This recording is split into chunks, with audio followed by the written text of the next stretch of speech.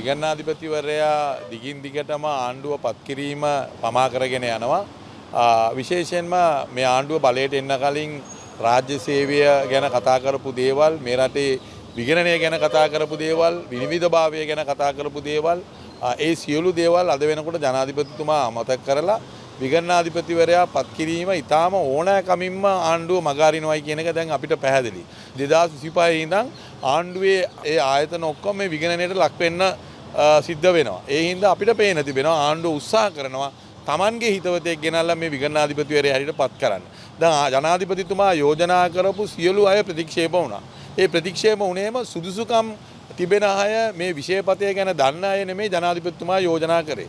නමුත් අපි දන්නා විගණනාධිපති කාර්යාලය දෙපාර්තමේන්තුවේ ඉන්න අවුරුදු 30ක අත්දැකීම් තිබෙන පළපුරුදු තියෙන විෂයමාලාව ගැන විෂයපද්ධතිය ගැන දැනුමක් තිබෙන අය ඉන්නවා. නමුත් ඒ නම යෝජනා කරන්නේ නැහැ. ඒකෙන් පිටින් ඒගොල්ලන්ට හිතවත් අය යෝජනා කරලා හිතාමතාම විගණනාධිපතිතුමා පත් කිරීම පමා කිරීම තුළ මම හිතනවා විශාල අර්බුදයක් මේ රාජ්‍ය තන්ත්‍රය තුළ විගණනය පිළිබඳව අද වෙනකොට ඇති වෙලා තිබෙනවා. ඒ කියන්නේ ඉදිරියේදී දැන් අපි දන්නවා යම් කිසි දියක ඔය මුදල් වැය කිරීමේදී යම් යම් ප්‍රශ්න තියෙනවනේ. මේ වගේ තත්ත්වයක් නැති වෙයිද මේ? අනිවාර්යයෙන්ම දැනටම අර්බුද රාශියක් ඇවිදලා දැන් කෝප් කමිටුව රැස් වෙන්නේ නැහැ. කෝපා කමිටුව රැස් වෙන්නේ නැහැ. මේ වගේ තත්ත්වයන් ඇති වෙලා තිබෙනවා. ඉතින් අපිට තේරෙන දේ තමයි විගණනාධිපතිවරයා පත් කිරීම ඕනෑකමින්ම ආණ්ඩුව මේක පමා කරනවා. එතකොට අද වෙනකොට රාජ්‍ය සේවය දේශපාලනය කරනීමට විශාල උත්සාහයක් ජනාධිපතිතුමා මේක තුල දරනවායි කියන මතය අපිට පැහැදිලිව පේන්න තිබෙනවා. මැතිවරණයට කලින් කතා කරපු දේවල්, මැතිවරණ ප්‍රකාශය තුල තිබෙන දේවල්, ඒ සියලු දේවල් අද වෙනකොට පුස්සක් බවට පත් වෙමින් යනවා.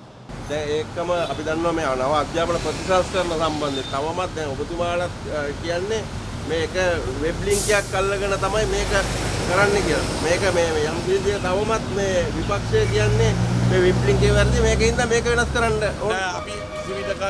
අපි සමගි ජන බලවේගයේ හැටියට ඔබතුමාලා දන්නවා විපක්ෂයේ කණ්ඩායම් රාශියක් තිබෙනවා. ඉතින් සමගි ජන බලවේගයේ හැටියට අපි කිව්වේ ප්‍රතිසංස්කර කරන්න.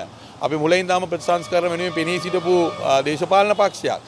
අපි කිව්වේ සැලැස්මක් ඇතුව යටිත් පාතල පාසුකම් ලබා දීලා ඉතා ඉක්මනින් මේක පටන් ගන්න. නමුත් ආණ්ඩුව සැලැස්මක් නැතුව පටන් අරගෙන අද වෙනකොට ආණ්ඩුව මේක ජනාධිපතිතුමා මේක නවත්තලා තියෙනවා. ඒ හින්දා මේක විපක්ෂයේ කිසිම බාධාවක් නැහැ. මේක කරන්න පුළුවන්. ජනාධිපතිතුමා ඇයි නැවතුනේ කියලා තමයි ජනාධිපතිතුමාගෙන් තමයි අහන්න ඕනේ. ඉතින් ජනාධිපතිතුමාම පටන් අරගෙන ජනාධිපතිතුමාව නැවතුවා. ඉතින් ඒ නැවතුවේ සමගි ජන බලවේගයේ හින්දා නෙමෙයිනේ. ඒ ජනාධිපතිතුමාට විධායක බලය තියාගෙන පාර්ලිමේන්තුවේ 159ක් තියාගෙන 3-2ක් තියාගෙන මොකටද ආයි අඩියක් පස්සට ගන්නෙ? ඉතින් ජනාධිපතිතුමා මේක නැවතුවේයි කියන එක ජනාධිපතිතුමා එතුමාගේ Facebook එකට ගියා නම් ඒකට කරුණු කාරණා 3ක් කියලා තිබෙනවා. ඒ කරුණු කාරණා 3 ඉක්මනට විසඳගෙන මේක පටන් ගන්න කියන එක තමයි විපක්ෂයේ අද අපේ අදහස.